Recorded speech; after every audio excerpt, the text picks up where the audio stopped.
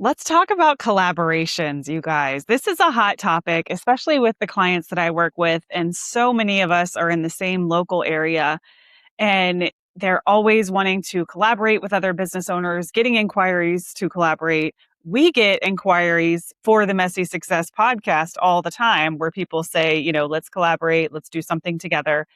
And I've worked my clients through what I'm going to call this growth period a lot. So let's talk about it today. Let's talk about like the do's and don'ts of collaborations in business. Welcome back to the Messy Success Podcast, where your growth is our favorite topic. I'm your host, Elizabeth Henson, and here on the podcast, we share behind the scenes of building a business using our community-based marketing and real-life lessons that make your business easy and profitable. We help you combine your dharma, your unique skills, and your offers to build the business of your dreams on your terms. I don't give average business advice. I'm here to help you unlock the superpowers that are already within you. So make sure to follow along, and I promise you will start becoming even more magnetic, and you will see your own community grow around your brand.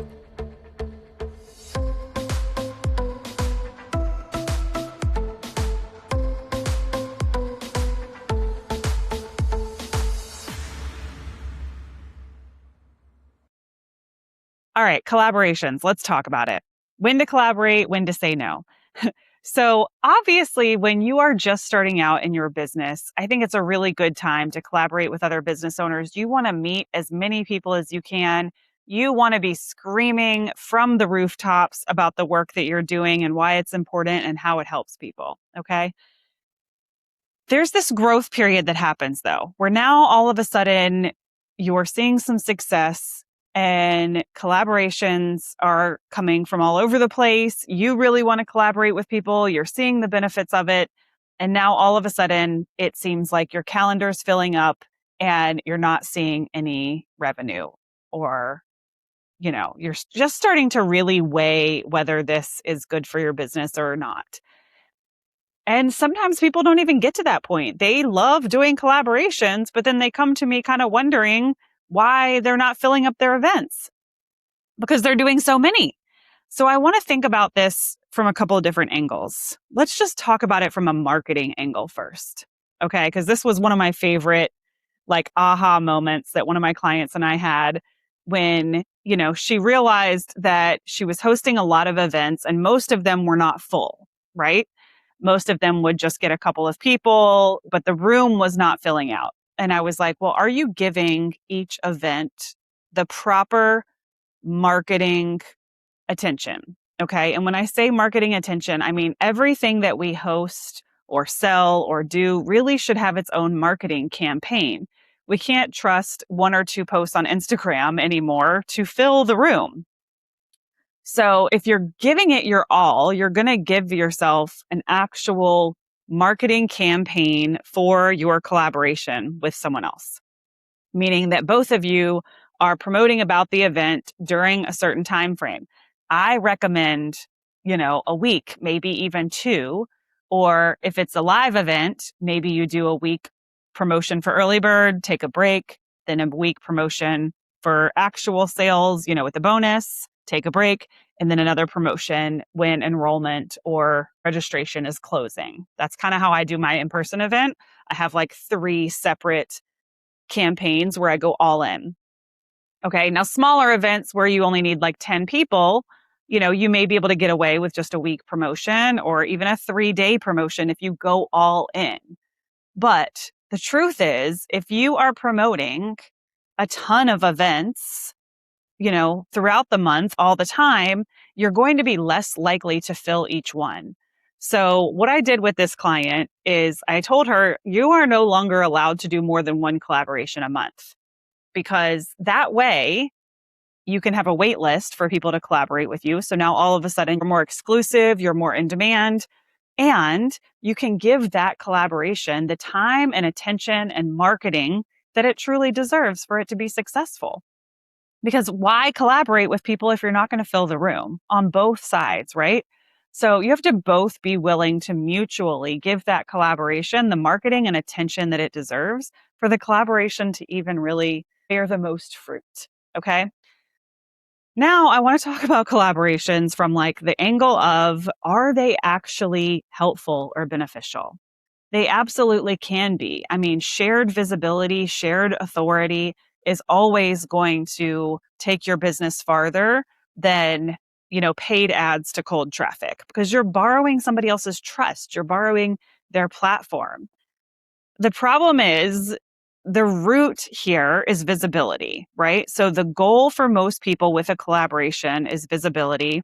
If you're a smart business owner, the goal has something to do with sales or something that you're selling on the other side of that collaboration or during the collaboration. But a lot of times people just jump into these like assuming that it's visibility, and they're not really focused on the ROI of their time and the ROI of their marketing and all the things, or they just want to host an event together because it seems fun.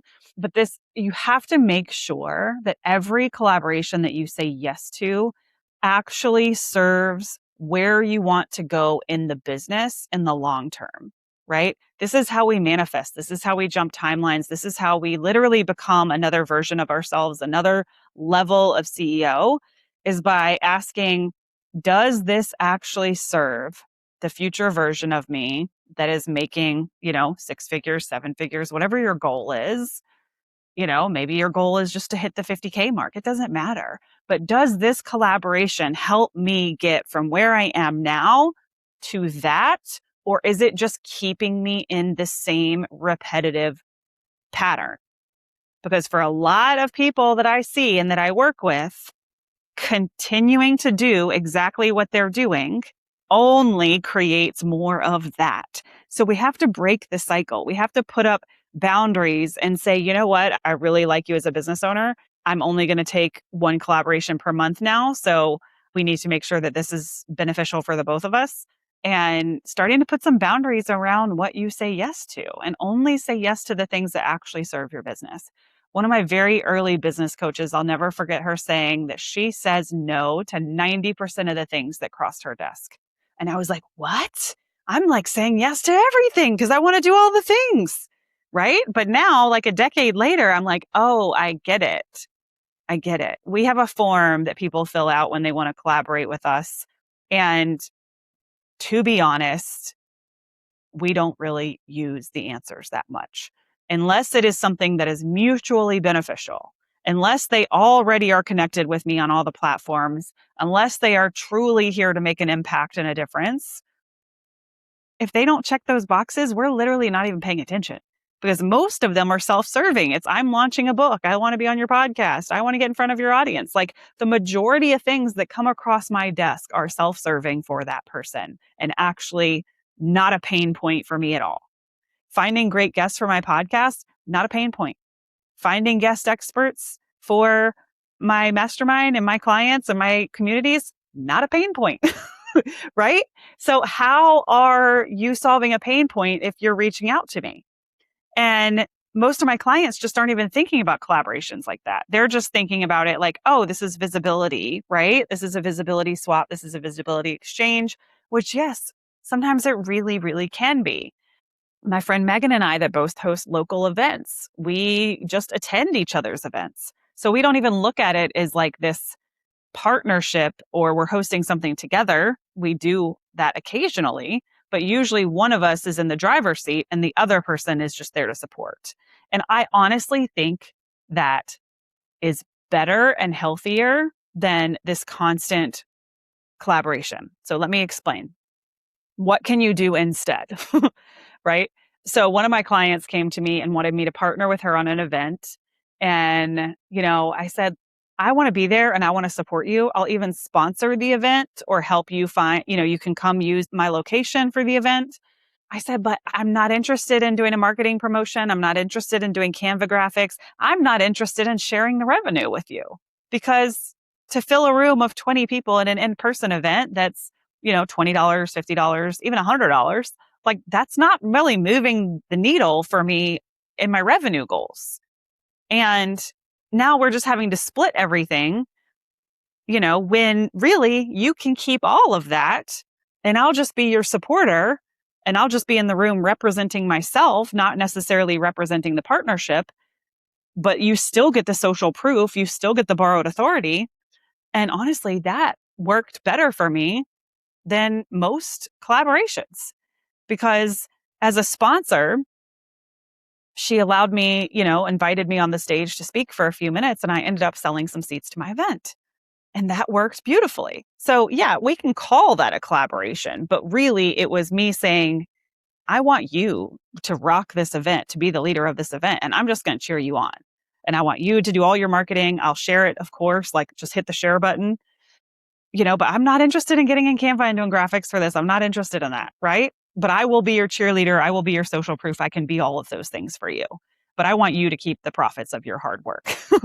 And I meant that wholeheartedly. And it was such a beautiful event that I truly felt honored to be included in that way. I didn't need to be a partner. I didn't need to be in the driver's seat.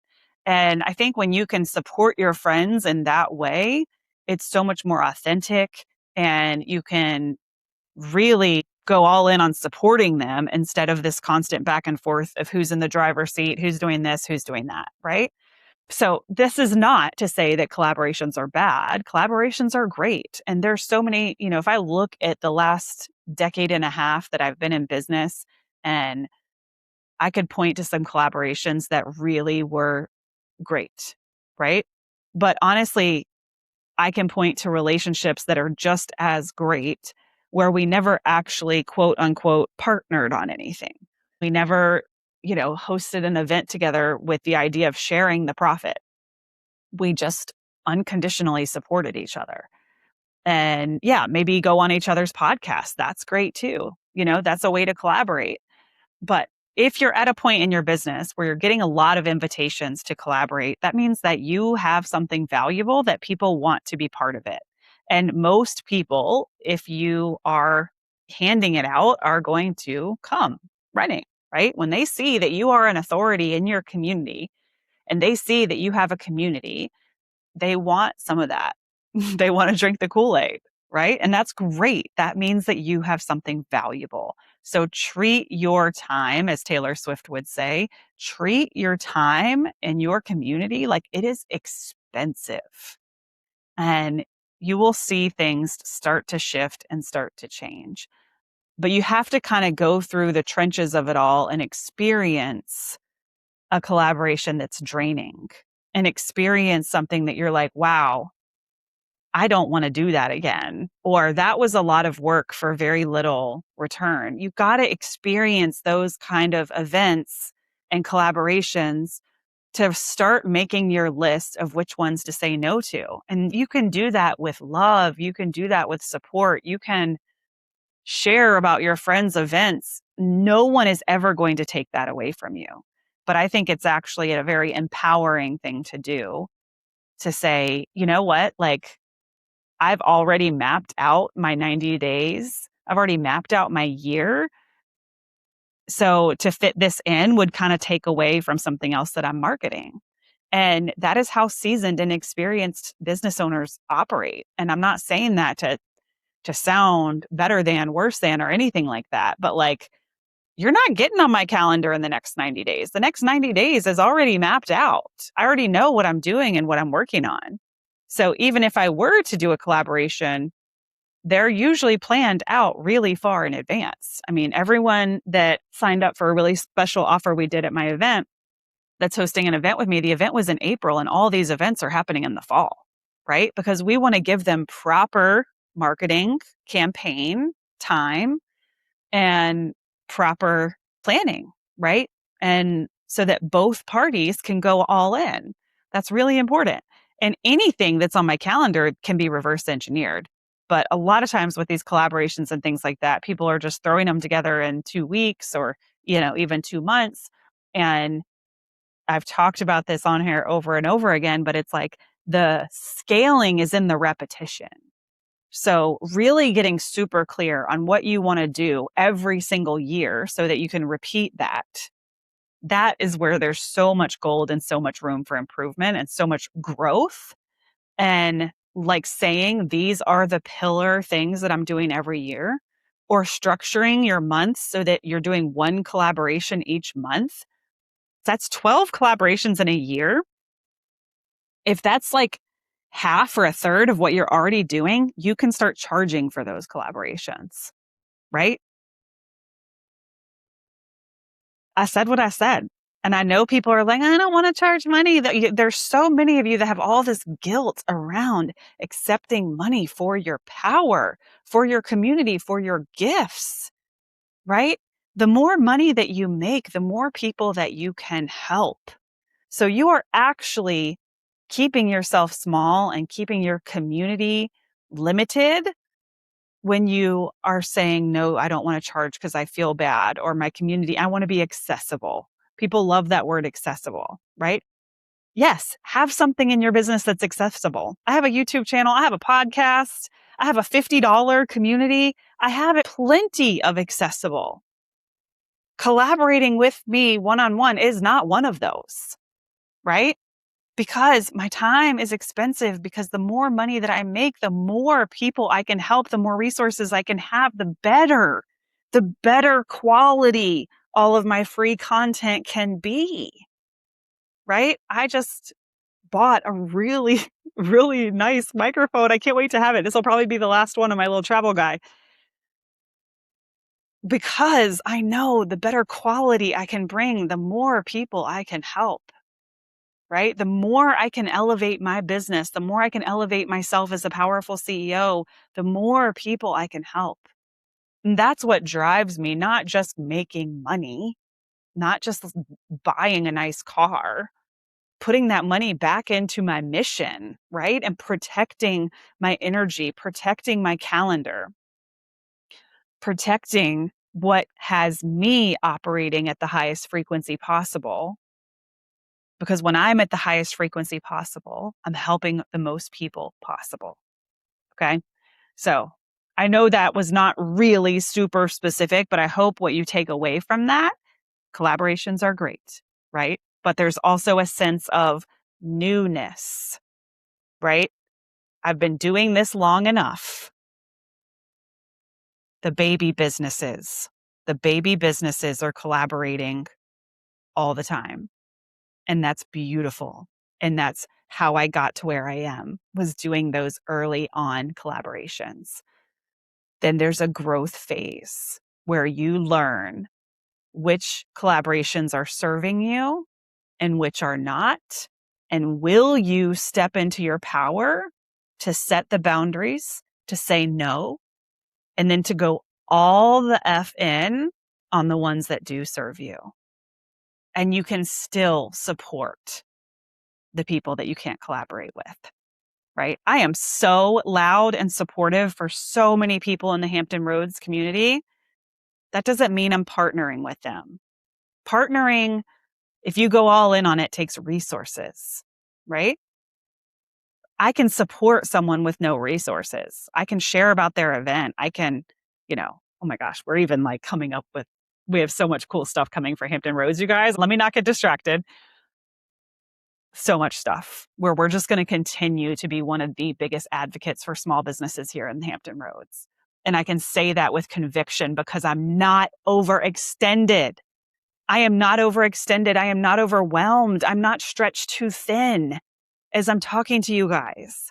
I have the capacity to create more for you. We're creating an entire freaking website so that people in Hampton Roads can promote their businesses. If I was stretched too thin, I couldn't do that, right? I wouldn't have the energy and the love and the attention to put into that.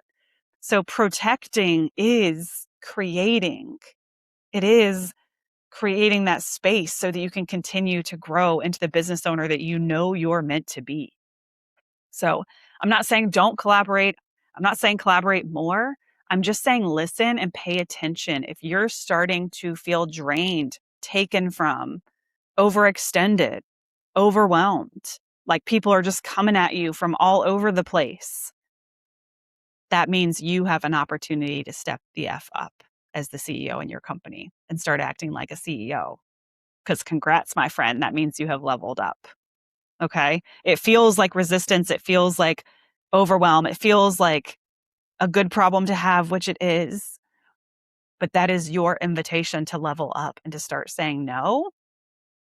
Saying no, your time is expensive, but also knowing no one's taking away your ability to support other small businesses. No one's taking that away from you, but you do not have to give up yourself in order to do it.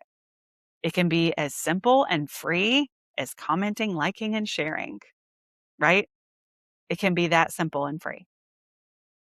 If you want to put it in your newsletter, start charging for that. Or have it be your clients. The people that are already investing in me, they get the most opportunities to partner with me or be seen with me visibly. It's so surreal to me to even have that conversation sometimes, but it's the invitation to level up. That's what it is. So I invite you to say yes. All right, I got to go. I got a coaching call. I wanted this to be a short and sweet episode.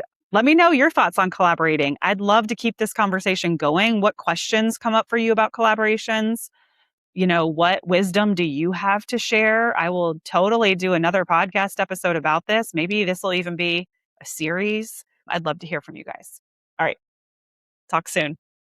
Yay! Thank you so much for being here and pushing play today. It really means the world to have you here, and this podcast wouldn't exist without you. If you're curious about your next step in business, don't forget to take our next step action quiz at elizabethhenson.co/next, and it will tell you exactly what is your next move. If you love this podcast, be sure to subscribe, share it with a friend, or leave us a review. It truly means the world to us and keeps us going. If you have a question or maybe a barrier in your business, we would love to invite you to submit your question, and we are even starting a new series where we will be coaching live on the air. So if you want to hear more about that or have your question answered or just maybe feel brave and vulnerable to share about your business here on the podcast and get some support live on air, go to elizabethhenson.co/ask, and we really hope to hear from you. Thank you guys so much, and we'll see you next week.